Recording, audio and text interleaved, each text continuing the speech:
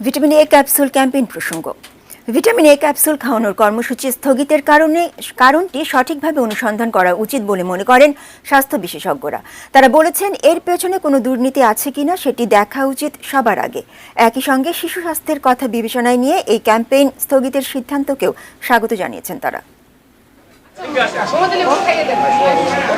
স্বাস্থ্য খাতের অন্যতম সাফল্য ভিটামিন এ ক্যাপসুল ক্যাম্পেইন। রাতকানা রোগ প্রতিরোধে 1994 সাল থেকে দেশের শিশুদের ভিটামিন এ ক্যাপসুল খাওয়ানো হচ্ছে। ফলে এ রোগের প্রকোপ এখন অনেক কম। জাতীয় পুষ্টি কর্মসূচির আওতায় 6 থেকে 11 মাস বয়সী 25 লাখ এবং 12 থেকে 59 মাস বয়সী 1,95,00,000 শিশুকে ভিটামিন এ ক্যাপসুল খাওয়ানোর কথা ছিল গত বছরের ডিসেম্বরে। তবে শিক্ষার্থীদের বার্ষিক পরীক্ষা ও জাতীয় নির্বাচন সহ নানা কারণে তা পিছিয়ে তারিখ নির্ধারণ করা হয় 19 জানুয়ারি।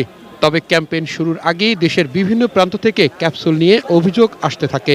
এগুলো আমদানি হয়েছিল একটি প্রাইভেট কোম্পানি করেছে। সেই কোম্পানি একটা ভারতের একটি কোম্পানিকে রিপ্রেজেন্ট করে। সে ভারতের কোম্পানি হলো ম্যানুফ্যাকচারার। তো তারা এর আগেও কিন্তু দিয়েছিল এবং এটাও তদন্ত করলে বের হয়ে যাবে কেন এটা হলো।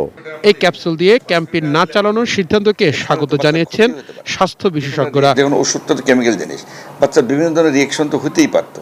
যেমন মুখে খাবে, তার পেটে ট্রাবল হতে পারতো, লিভারের প্রবলেম হতে পারতো, কিডনিতে প্রবলেম হতে হতো।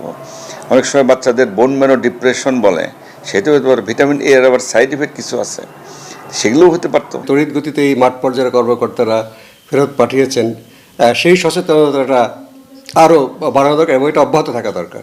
একই সঙ্গে ভিটামিন এ ক্যাপসুল ক্যাম্পেইনে আমদানি নির্ভরতা কমানোর প্রতিও পরামর্শ তাদের। ভিটামিন এ ক্যাপসুল বানানোর জন্য টেকনোলজি অত সিরিয়াস কিছু না। কিছু লিকুইড এস্টার ফর্মে কিনে এনে লিকুইড দিয়ে সব জেলাটিন বানায় দিয়ে দিলে এটা ইজিলি সব জেলাটিন ক্যাপসুল অনেকেই বানাতে পারে এবং এটা সম্ভব।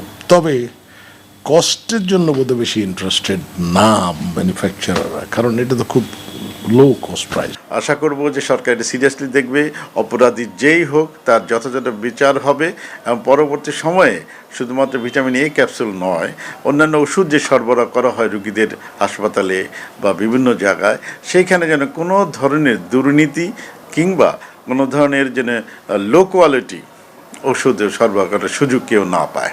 তাওহিদ সৌরভ, এটিএন নিউজ, ঢাকা।